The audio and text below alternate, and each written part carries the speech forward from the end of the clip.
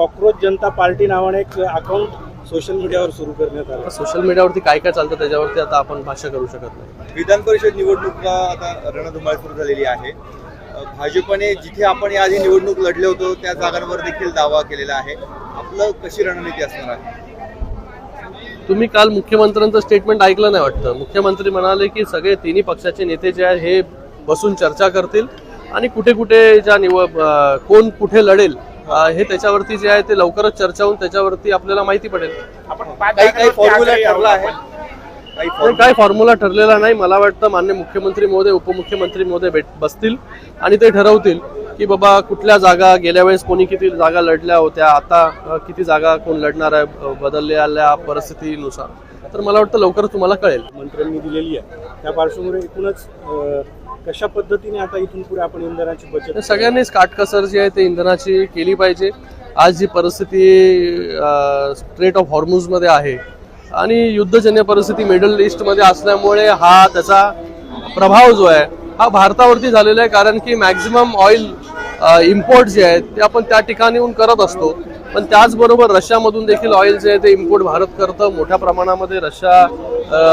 Russia असेल, बाकी 40 वेगवेगळे देश असतील तिथून देखील करतोय. सरकारच्या माध्यमाने तेलाचे दर आणि त्याचबरोबर डिझेल पेट्रोलचे दर हे नियमित ठेवण्यामध्ये आतापर्यंत सरकारला जे आहे यश प्राप्त झालेलं आहे. पण सगळ्यांनी जे आहे हे काटकसर जे आहे ते करून या सगळ्या गोष्टी जे आहेत इंधन वापर जे आहे ते केलं पाहिजे. भाजपची स्थानिक मागणी करतायत. बघा, स्थानिक कार्यकर्ता जो आहे हा मागणी करत असतो, निर्णय जे आहे ते वरिष्ठ घेत असतात. दादा, तुमचा दौरा आता ज्या भागात होतोय त्या भागामध्ये कांद्याचा प्रश्न ऐरणीवर आलाय. अगदी कवडीमोल भाव मिळतोय.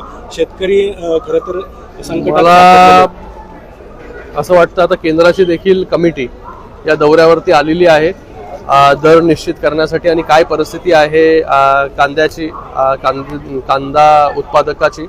तर मला वाटतं त्याच्यावरती कमिटी अभ्यास करून लवकरच त्याच्यावरती तोडगा जो आहे तो काढला जाईल. आपल्याला माहिती आहे 2 दिवस अगोदर देखील नाशिकचा दौरा झाला.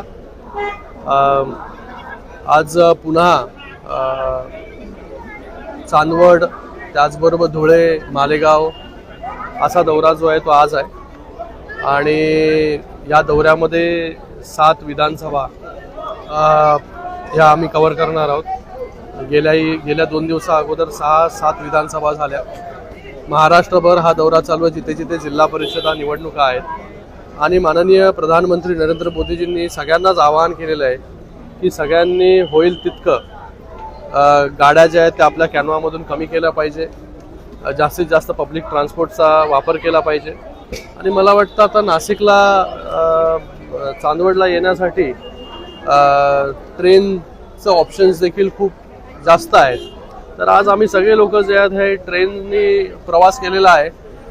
मला वाटतं आणि वंदे भारत महत्वाकांक्षी प्रकल्प भारत सरकारचा, ज्याच्यामुळे ट्रेन्सला एक वेगळं वलय जे आहे ते प्राप्त झालं.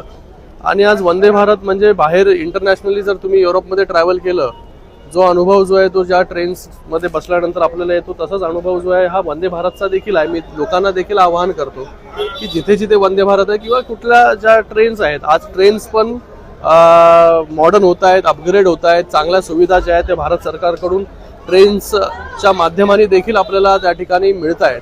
तर याचा देखील वापर जो आहे तो आपण जो आहे पुरेपूर जो आहे तो जिथे जिथे अवेलेबल असेल, आपल्याला जिथे जिथे ऑप्शन असेल तिथे हा ऑप्शन जो आहे तो एक्सप्लोर केला पाहिजे. छत्रपती संभाजीनगरच्या कार्यकर्त्यांनी आणि वरिष्ठ पदाधिकाऱ्यांनी भाजपकडे मागणी केली आहे.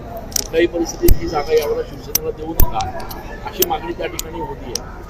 कार्यकर्त्याची मागणी स्वाभाविक असते. कार्यकर्त्याला वाटतं आपण सगळ्या जागा लढल्या पाहिजे. कार्यकर्त्याला वाटतं वेगवेगळ्या निवडणुका लढला पाहिजे. कारण की कार्यकर्ता जो आहे तो वाट बघत असतो गेल्या अनेक वर्ष.